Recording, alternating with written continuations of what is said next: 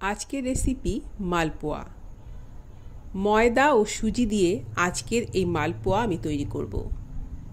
এই মালপোয়া সবাই আমরা বানাতে জানি, তবে উপকরণের সঠিক পরিমাণগুলো জানা থাকলে সবার হাতেই মালপোয়া পিঠে কিন্তু এরকমই সুন্দর হবে। খুব সহজে এবং সাধারণ কিছু উপকরণ দিয়েই সুন্দর এই রেসিপিটি আপনি বাড়িতে বানিয়ে নিতে পারবেন। নমস্কার, স্বাগত জানাচ্ছি ফ্লেভারস অফ কলকাতায়। সাথে আছি আমি নন্দিনী। আসুন তাহলে শুরু করি। এখানে আমি নিয়েছি 1 কাপ ময়দা, হাফ কাপ সুজি, 1/4 কাপ চিনি গুঁড়ো করে নিয়েছি, আর নিয়েছি এলাচ গুঁড়ো আর মৌরি। প্রথমে ময়দাটাকে একটা ছাঁকনি দিয়ে আমি ছেঁকে নেব। সেই জন্য একটা ছাঁকনির মধ্যে আমি 1 কাপ ময়দা নিয়ে নিয়েছি। এইবার ময়দাটা ছেঁকে নিলাম। একে একে দিয়ে দিলাম হাফ কাপ সুজি, 1/4 টিস্পুন পরিমাণ লবণ, এলাচ গুঁড়ো আর মৌরিটাকে কিন্তু আমি আধ ভাঙা করে দিয়েছি। সমস্ত শুকনো উপকরণগুলো ভালো করে মিশিয়ে নিয়ে আমি দুধ দিয়ে একটা থিক ব্যাটার তৈরি করে নেব। এখন কিন্তু আমি এই ময়দা ও সুজির মিশ্রণে চিনি দেব না। চিনি দিলে আমার মনে হয় যে সুজিটা খুব ভালো করে ভেজে না, সেই জন্য বা ফোলে না, সেই জন্য আমি চিনিটা পরে দেব। এখন চিনি ছাড়া অন্যান্য সমস্ত উপকরণগুলো দিয়ে একটা থিক ব্যাটার তৈরি করে নেব।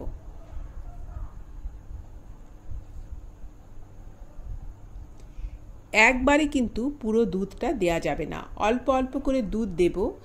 আর এই রকম একটা থিক ব্যাটার তৈরি করে নিয়ে 15 থেকে 20 মিনিট ঢাকা দিয়ে রেখে দেব। এই সময়ে সুজিটা অনেকটাই ফুলে উঠবে। এখানে আমি একটা শিরা তৈরি করছি, সেই জন্য মেজারমেন্ট কাপে 3/4 কাপ চিনি দিয়েছি, আর দিয়েছি ঠিক একই পরিমাণ জল, মানে 3/4 কাপ জল। 2টো এলাচ থেতো করে দিয়েছি, আর 2 চিমটি পরিমাণ কেশর দিয়েছি। ভালো করে ফুটিয়ে নিয়ে ফ্লেম অফ করে দেব। 1 তার বা 2 তার বিশিষ্ট শিরা কিন্তু এখানে তৈরি করতে হবে না। চিনি খুব ভালো করে গলে গেলে ফ্লেমটাকে অফ করে দেব। তবে যারা মিষ্টি কম খান তারা এই স্টেপটা পুরোপুরি স্কিপ করবেন, কেন কি পিঠা বা মালপোয়া যে শিরায় দিতেই হবে তেমন কিন্তু নয়। এইদিকে 15 মিনিট রেস্ট করার পরে আমার ব্যাটারটা এই রকম দাঁড়িয়েছে। 15-20 মিনিট রেস্ট করার পরে ব্যাটারটাকে একটা হাতা দিয়ে এইভাবে আমি একটু ফেটিয়ে নেব। এইবার দিয়ে দিলাম 1/4 কাপ পরিমাণ গুঁড়ো চিনি।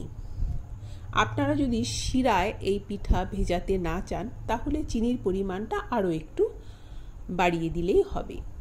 আবারও কিছুটা দুধ দিলাম, অল্প অল্প করে দুধ দেব এবং একটা থিক ব্যাটার তৈরি করে নেব। ব্যাটার তৈরি করার পরে আমি কনসিস্টেন্সিটা আপনাদের দেখিয়ে দেব, কিন্তু তার আগে এইভাবে হাত দিয়ে ব্যাটারটাকে খুব ভালো করে 4 থেকে 5 মিনিট ফেটিয়ে নিতে হবে। ফেটানোর পরে একটা পর্যায়ে এসে দেখা যাবে যে এই ব্যাটারের মধ্যে বাবলস তৈরি হচ্ছে, তখন বুঝতে হবে যে ফেটানোটা পুরোপুরি হয়েছে, তাহলেই পিঠেটা কিন্তু ফুলবে। ছোট ছোট কিছু টিপস ফলো করে যদি এই পিঠেটা বানানো যায়, প্রত্যেকটা পিঠে কিন্তু বলের মতো ফুলবে। এই ব্যাটারটাকে ফেটিয়ে নেওয়া খুব জরুরি। দেখুন এই রকম হবে কনসিস্টেন্সিটা। চিনি দেওয়ার পরে ব্যাটার তৈরি করে তারপরেও কিন্তু আমি আরও 10 মিনিট ব্যাটারটাকে ঢাকা দিয়ে রেখেছিলাম। এবার আমি ভাজতে চলে এসেছি। তেলটাকে অল্প গরম করতে হবে। ধোয়া ওঠা গরম তেলে যদি আমি পোয়া পিঠাগুলো ভাজার জন্য দিই বা মালপোয়া ভাজার জন্য দিয়ে দিই, তাহলে কিন্তু কুকড়ে যাবে, কুকড়ে এক জায়গায় দলা হয়ে যাবে। সেই জন্য তেলের টেম্পারেচারটা এই পিঠে ভাজার ক্ষেত্রে ভীষণ জরুরি। তেলটাকে কিন্তু হালকা গরম করে তবেই দিতে হবে। আর এরপরে পিঠেটা যখন ফুলে উঠবে, দেখুন কতটা ফুলেছে, যেটাকে ওল্টানোই যাচ্ছে না। প্রত্যেকটা পিঠে এরকম ফুলবে।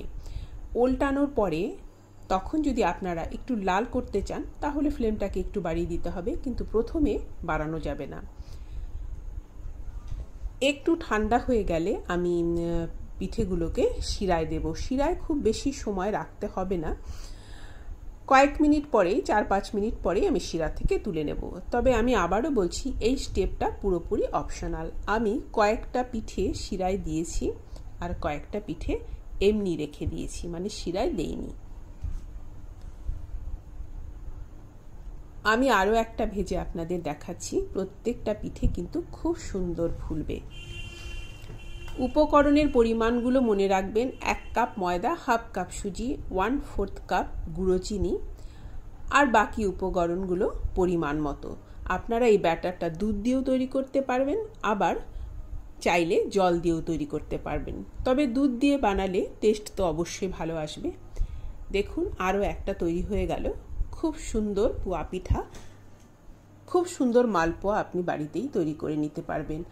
আর এই শিরায় ভেজানো মালপোয়া কিন্তু ক্ষীর দিয়ে খেতে খুব ভালো লাগে, সেই জন্য আমি ক্ষীরের সাথেই সার্ভ করেছি।